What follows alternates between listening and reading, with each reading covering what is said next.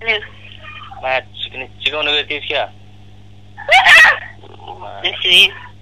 चिकनी रन्डी त्यत्रो चाहिँ 10-15 चोटि चाहिँ मिस कल हान्दाखेरि पनि उठाउन सक्दिनस् त्यति माछ चिकनी कसको लाडाको चाहिँ काम गर्ने त्यहाँ तर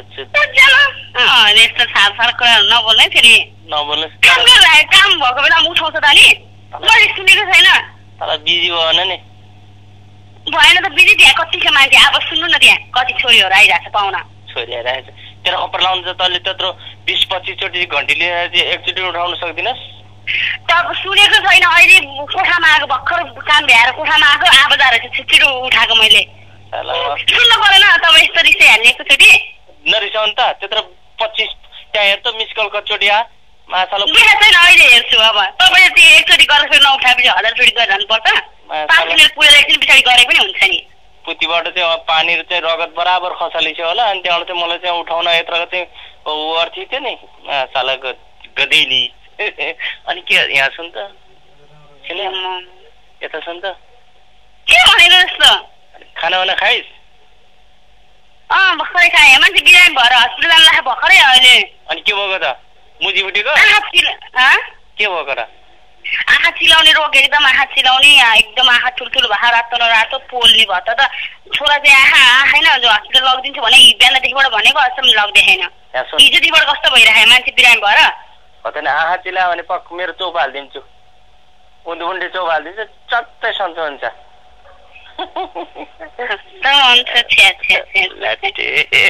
बिग्रेको मान्छे रहेछ के छ दाइ घरि चाहिँ हिजो अब मसँग पैसा छैन म भन्ने बेला गर्न सक्दिनँ फोनले अहिले चाहिँ 1000 चोटि फोन गरेर मलाई मन परि बोल्छ नि छ्या मनै कस्तो बनाइदिन्छ यो मान्छे त कस्तो बिग्रेको रहेछ बिग्रेको छ त नि मेरो प्वाख मात्र उडे के अरे प्वाख मात्र पलायो होइन प्वाख पलायो भने म चाहिँ उडेर फुर्र त्यहीँ आउँछु क्या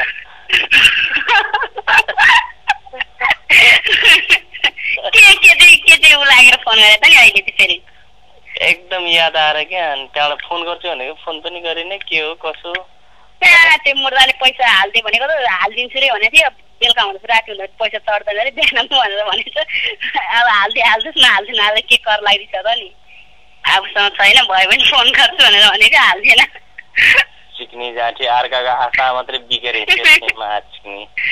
के भन्छ आफ्नो बुढाले गर्न सक्यो भने केही पनि अर्काको आश मात्रै छ नि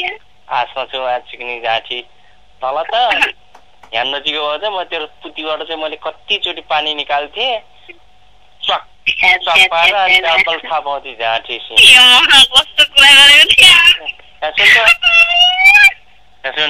सुन अब मेरो चाहिँ अब त्यहाँ नजिक आइसक्यो भोलि पर्सि चाहिँ होइन के हो कसो चाहिँ राम्रो तरिकाले चाहिँ कुरा गर्नलाई अलिकति पैसा हालेर मलाई फोन गर्छ नि त्यो भिसाको सम्बन्धीमा क्या उताउति के हो कसो गर्नुपर्ने त्यो सबै कुराहरू चाहिँ राम्रो तरिकाले सुन्नु न भिसासित केही पनि नगर्नु टेन्सन नलिनु यस्तो गर्नु तपाईँ घर जानु घर गएर सबै घरको कामहरू मिलाउनु तपाईँ घर जाउन्जेल मेरो पनि 8-9 महिना हुन्छ म त्यति पैसा पठाउँछु त्यहाँ कतै ब्याजमा राखिदिनु न त तपाईँको ऋण छ भने त्यो ऋणहरू यताउति गर्नु पछि मलाई गरिदिनु हुन्छ अनि तपाईँ घरमा मिलाएर तपाईँ कतार आउनु होइन कतार आएपछि मेरो पनि यहाँ 2 वर्ष जति हुन्छ म यहाँ यो घरबाट डाइरेक्ट म कतार आउँछु म नेपाल पनि जान्न त्यहाँबाट भिसा सिसा गर्न पनि पर्दैन म यही पासपोर्टमा गरेर कतार आउँछ नि पछि कतारमा बस्नु 2-3-4 वर्ष अनि पछि घर जाउँला म अहिले नेपाल पनि जान्न कतै पनि जान्न टेन्सन तपाईँलाई पनि भोलि तपाईँ नेपाल गएर फेरि मलाई भिसा गरेर सँगसँगै 2 जना यताबाट आउँछ घर तपाईँको भाडिन्छ फेरि सुहानीले के सोच्छ कान्छी सुहानी लिएर गएछ कमाउनलाई जेसी गर्छ भन्छ भोलि बच्चाहरू भाडिन्छ थाहा नदिनु बुढीलाई केही पनि नभन्नु म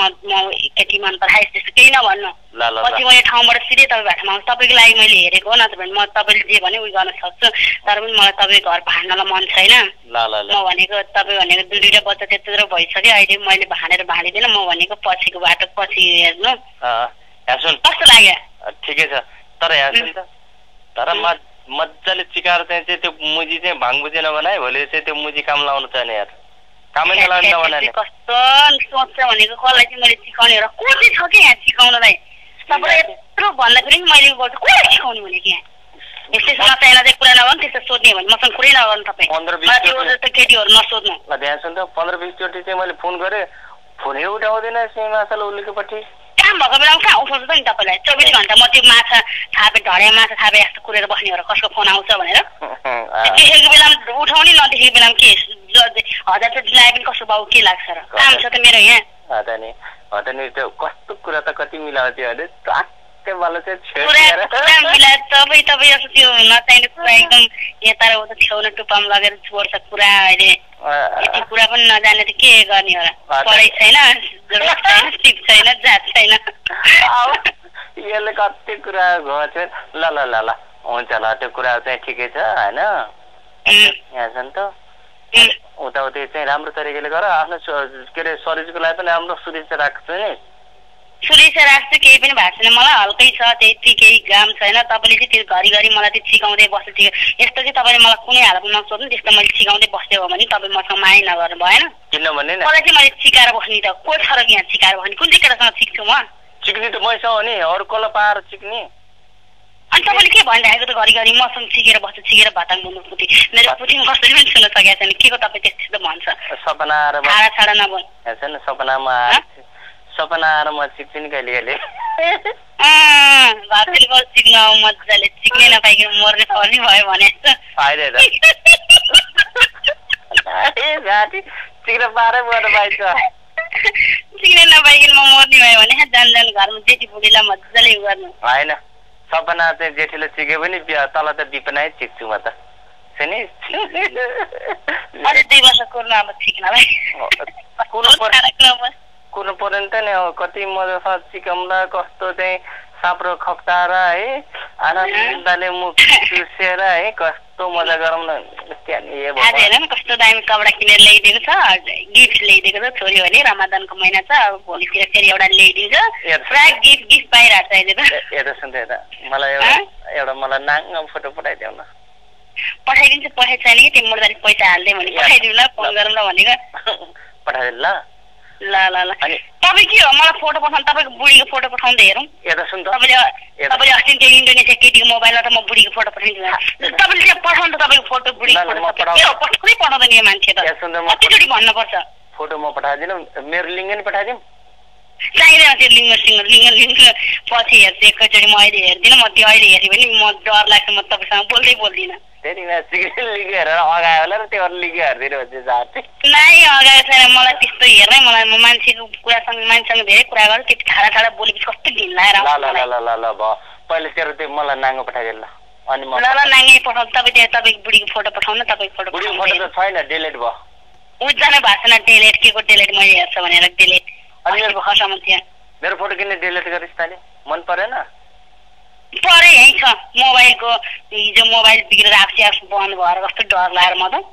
गीत पनि आउँदैन केही पनि आउँदैन अनि मेरो नम्बर चाहिँ मेरो ऊ छैन फोटोहरू छैन नि तपाईँ फोटो डिलिट भयो के कसरी फोटो डिलिट गरिस् त्यो छोरा चाहिँ मोबाइल बिग्रेर बनाउनु पठाएको थियो अनि त्यतिखेर सबै डिलिट गर्दा बरु केटाको फोटो देख्यो भने गाली गर्छ मलाई यो त केटाको फोटो यता उति गर्दा चाहिँ त्यही भएर क्यामेरावाला मोबाइल ल्या भनेर मलाई फेरि लिनै दिन्न क्यामेरावाला बुढाको चाहिँ फोटो डिलिट गरेर माछालाई चाहिँ मन परेन अनि त्यहाँबाट फ्याँकिदियो मलाई भन मन परेको होइन ऊ जानु मन परेन तुरन्त यहाँ फोटो पठाउनु छिटो तपाईँ त्यो अनेक मनमा त्यो अनेक कुरा हेर्नु तपाईँलाई यति पाप लाग्छ म यति उ गरेर बस्छु आफ्नो जिउको उ गरेर तपाईँले खालि सिकाउँदै बस्छ भने तपाईँलाई त्यो कुरामा त धेरै पाप लाग्छ तपाईँले मलाई पहिला पनि त्यस्तो भन्दा 5,000 को ऋण लाग्यो कसम मलाई यस्तो व्रत बसेको बेलामा तपाईँले मलाई यस्तो भन्दा फेरि पनि तपाईँलाई पाप लाग्छ कसम यो कुरा चाहिँ नभन्नु तपाईँले मसँग पाप्ने साप अहिले जमाना चाहिँ सिधा गरेर थाप भन्ने त उखानै छ पाप्न थाप घोटो गरेर हाल्नु यसले घोटो मारेर हाल्दैछ चोटो मारेर हाल्छ टुक्क साला कुकुरी यहाँ सुन मलाई त्यो फोटो पठाइदिनु ल अनि त्यहाँबाट के छ त नि हालखबर खाना खानु भयो खाना खायो अहिले चाहिँ सुत्न लाग्यो अनि त्यहाँबाट चाहिँ लाडो सिनिक्क ठन्किएर अनि तँलाई फोन गरेको क्या कस्तो घिनलाग्दो बोल्छ यो मान्छे त ठ्याक्कै भोटेको पाराले बोल्छ नि भोटे भन्छ तेरो पुती सुती च्यात्ती गरेर छिकिदिउँला भन्थ्यो ल पैसा जित्यो ल बाई बाई फोटो पठाउने है अहिले मैले भन्दैछु पैसा छैन हो यो टुटी यहाँ हरान दिइसक्यो ल हराइन दियो तपाईँको फोटो पठाइदिने यहाँ छिटो ल तैँले पठाए ल नाङ्गो फोटो पठा छैन पैसा मसँग त भोलितिर तपाईँ पठाउनु अहिले मसँग छैन पैसा ल पैसा सिद्धियो ल बाई बाई ल तेरो पुती गयो